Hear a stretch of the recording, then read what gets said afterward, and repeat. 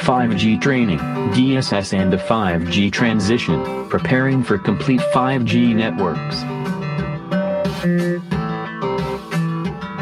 A year in the wake of turning out 5G networks in the USA, the significant telecom bearers keep on gaining ground toward offering independent, 5G with its full tool compartment of advantages.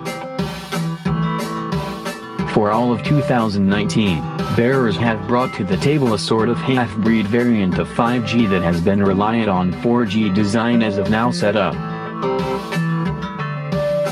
DSS and the 5G transition.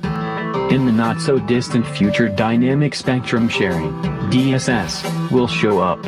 This innovation will permit the sending of both 4G LTE and 5G NR in a similar recurrence band and dynamically allot spectrum assets between the two advancements dependent on client request. With DSS, bearers can quickly get 5G sent into the heritage 4G groups. 5G carried 3 new viewpoints to the table: greater channels, to accelerate information, lower dormancy, to be progressively responsive, and the capacity to associate significantly more gadgets without a moment's delay, for sensors and smart gadgets. DSS and Operators. DSS lets administrators work LTE and 5G NR in a similar band simultaneously. Ericsson is the main merchant with a business item, and the organization said a month ago that 80% of its clients testing the arrangement plan to convey in the following year. Need to get familiar with 5G?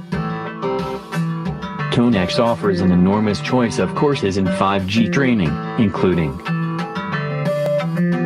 5G Cybersecurity Bootcamp, 3GPP version, 4 days.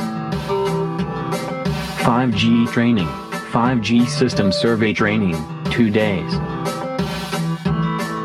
VoNR Training, 3 days. CRAN Training, 2 days. V2V Communications Training, 3 days. Request more information. Visit tonex.com for 5G courses and workshops.